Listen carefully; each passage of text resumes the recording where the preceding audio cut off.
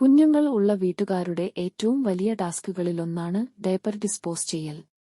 ഇരുട്ടിന്റെ മറവിൽ ആൾസഞ്ചാരമില്ലാത്ത വഴിയോരങ്ങളിൽ കൊണ്ടുപോയി ഉപേക്ഷിക്കുന്നവരുണ്ട്. എന്നാൽ അങ്ങനെ ചെയ്യുന്നതിന്റെ ഭവിഷ്യത്ത് വളരെ വലുതാണ്. പ്ലാസ്റ്റിക് മണ്ണുമായി ലയിച്ച് ചേരാൻ വർഷങ്ങൾ എടുത്തേക്കാം. ഇത് പ്രകൃതിക്ക് വളരെയധികം ദോഷകരമാണ്. കൂടാതെ കൃത്യമായി മാലിന്യ സംസ്കരണം നടത്താതെ തുറന്ന സ്ഥലങ്ങളിൽ ഉപേക്ഷിച്ചാൽ അതിൽ നിന്നുണ്ടാവുന്ന ബാക്ടീരിയകൾ വളരെ അപകടകാരികളാണ്.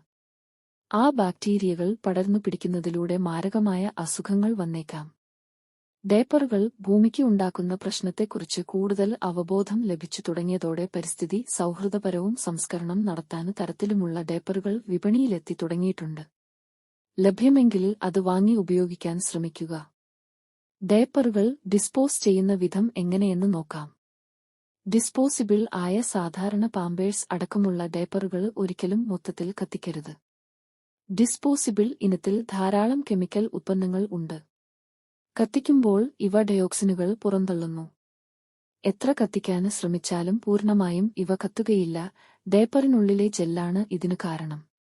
ഉപയോഗിച്ച് ഡയപ്പേഴ്സിലെ മാലിന്യങ്ങൾ ആദ്യം നീക്കിക്കളയുക. ശേഷം അതിന്റെ പാളി കീറി ജെല്ല് ഉപയോഗശൂന്യമായ പാത്രത്തിൽ നിക്ഷേപിക്കുക. ജെല്ലിന്റെ അളവിന് അനുസരിച്ച് ഉപ്പ് ഇടുക.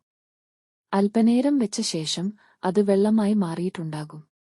ഇത് പിന്നീട് എവിടെയെങ്കിലും ഒഴിച്ചു കളയാവുന്നതാണ്. ശേഷം ബാക്കി ഡയപ്പർ അവശിഷ്ടങ്ങൾ കഴുകി ഉണക്കി കത്തിക്കാവുന്നതാണ്. ഡയപ്പറുകൾ ഒരു കാരണവശാലും റീസൈക്കിൾ ബിന്നുകളിൽ നിക്ഷേപിക്കരുത്. കാരണം ഡിസ്പോസിബിൾ ഡയപ്പറുകൾ റീസൈക്കിൾ ചെയ്യാൻ സാധിക്കുന്നവയല്ല. ഡയപ്പറുകൾ ഉപയോഗിച്ച് കമ്പോസ്റ്റും ഉണ്ടാക്കാം. ഡയപ്പറുകളുടെ ഉള്ളിൽ ഈർപ്പം തങ്ങി നിൽക്കാൻ സഹായിക്കുന്ന പോളിക്രിലേറ്റ് ക്രിസ്റ്റലുകളെയാണ് യൂറോപ്പിൽ കമ്പോസ്റ്റ് നിർമ്മിക്കാനായി ഉപയോഗിക്കുന്നത്. ഈ മാർഗം നമുക്കും പരീക്ഷിക്കാവുന്നതാണ്. ഭക്ഷണം ഉത്പാദിപ്പിക്കുന്ന വിളകൾക്കോ ഫലവർഗ്ഗങ്ങൾ ഉണ്ടാകുന്ന ചെടികൾക്കോ ഈ കമ്പോസ്റ്റ് ഉപയോഗിക്കരുത്. പൂച്ചെടികൾ, മരങ്ങൾ, പുൽത്തകിടികൾ എന്നിവക്കുള്ള കമ്പോസ്റ്റ് ആയി ഇവ ഉപയോഗിക്കാവുന്നതാണ്.